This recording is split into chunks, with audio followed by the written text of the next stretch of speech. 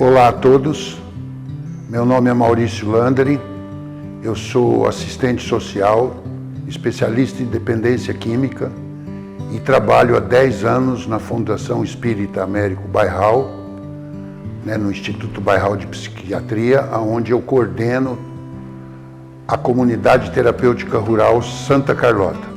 Eu estou aqui para falar um pouco sobre a dependência química, ou a dependência de álcool e outras drogas, ou o transtorno de substâncias psicoativas. Segundo a Organização Mundial da Saúde,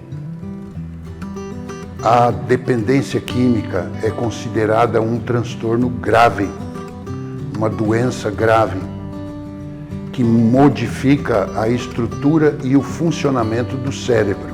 Isso significa que todo o nosso corpo, a nossa mente e todas as nossas relações também se modificam. Algumas características ou, digamos, alguns sintomas da dependência química podem ser descritos da seguinte forma. Primeiro, o uso compulsivo pelo álcool, pela droga ou pela substância psicoativa.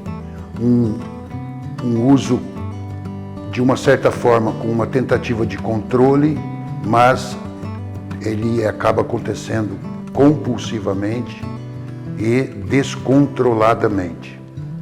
O segundo sintoma é o desenvolvimento da tolerância, ou seja, a necessidade de doses maiores da substância ou do álcool para tentar conseguir o mesmo efeito antigamente atingido. E é claro que isso não acontece, A pessoa acaba usando mais para ter o efeito, e esse efeito realmente ele já não acontece. O terceiro sintoma é o aparecimento da síndrome da abstinência, ou seja, quando você cessa o uso ou diminui o uso, começam a aparecer alguns desconfortos físicos e emocionais. No caso do álcool específico, a síndrome de abstinência mais conhecida é o tremor e o suor exalando o álcool. Mas eles aparecem de diferentes formas em outras substâncias, como insônia, nervosismo, irritabilidade, dificuldade de se alimentar, de concentração e outros também que podem acontecer. Quarto sintoma, muito importante, principalmente para a gente avaliar que tipo de abordagem de tratamento a gente pode sugerir para essa pessoa com uso crônico, é que ela passa a valorar ou a dar valor ao consumo de substâncias de uma forma muito maior do que todas as outras coisas que ela achava importante na sua vida. A escola, o trabalho, a diversão com os amigos, a família, jantares de fim de semana, o jogo de futebol, todas essas questões passam a ser desvalorizadas e o consumo realmente é a grande atividade. E, por fim, uma múltipla tentativa de controlar o uso, diminuir o uso ou cessar o uso e não conseguir. Acabam acontecendo sucessivas recaídas, tentativas frustradas de parar com o consumo.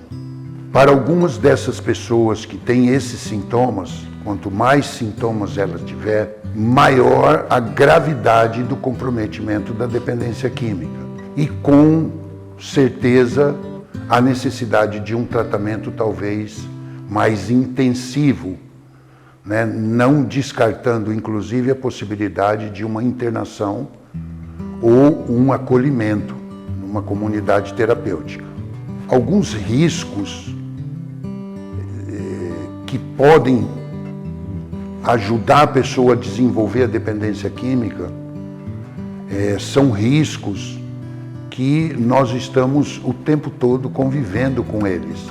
Um deles é as amizades. Às vezes as amizades, principalmente com os jovens, as pessoas, por uma pressão de aceitação do grupo, acaba consumindo algum tipo de droga. Outro fator de risco grande é a disponibilidade da droga, por exemplo, o álcool em casa, a possibilidade de você comprar sem controle. No Brasil, infelizmente, os jovens menores de 18 anos, que inclusive são amparados pela lei, mas que vão a alguns estabelecimentos e compram tanto destilado como bebida fermentada e em quantidades às vezes até muito perigosas. Outra questão é a genética. Fatores genéticos também podem ser fator de risco. E a presença de sinais de outra psicopatologia, que a gente trata uma morbidade, ou no caso com a dependência química, uma comorbidade. Não esquecendo do monitoramento e acompanhamento dos pais também. A falta do monitoramento e do acompanhamento deixam os jovens muito mais vulneráveis a essas experiências que podem ser muito nocivas e prejudicá-lo na sua vida, desenvolvendo a dependência química. Dentre muitas consequências que a dependência química causa, como uma vida totalmente desorganizada, a própria incapacidade de manter abstinência, o estilo de vida antissocial, convivendo com pessoas e em ambientes hostis e de risco, além dos relacionamentos sociais e interpessoais também, desenvolvendo uma disfuncionalidade. O que ocorre como uma consequência grave é que, segundo a Organização Mundial da Saúde, o uso ou o consumo de substâncias, de drogas, eles são responsáveis por 8,9% de todas as doenças apresentadas por nós, seres humanos. Dentre essas 8,9%, 4,1% decorrentes do tabaco e 4% das doenças decorrentes do uso do álcool. Então é uma situação muito grave. Não existe droga leve, existe consumo de baixo risco e consumo pesado. Mas as substâncias hoje, elas têm um poder muito grande de nocividade.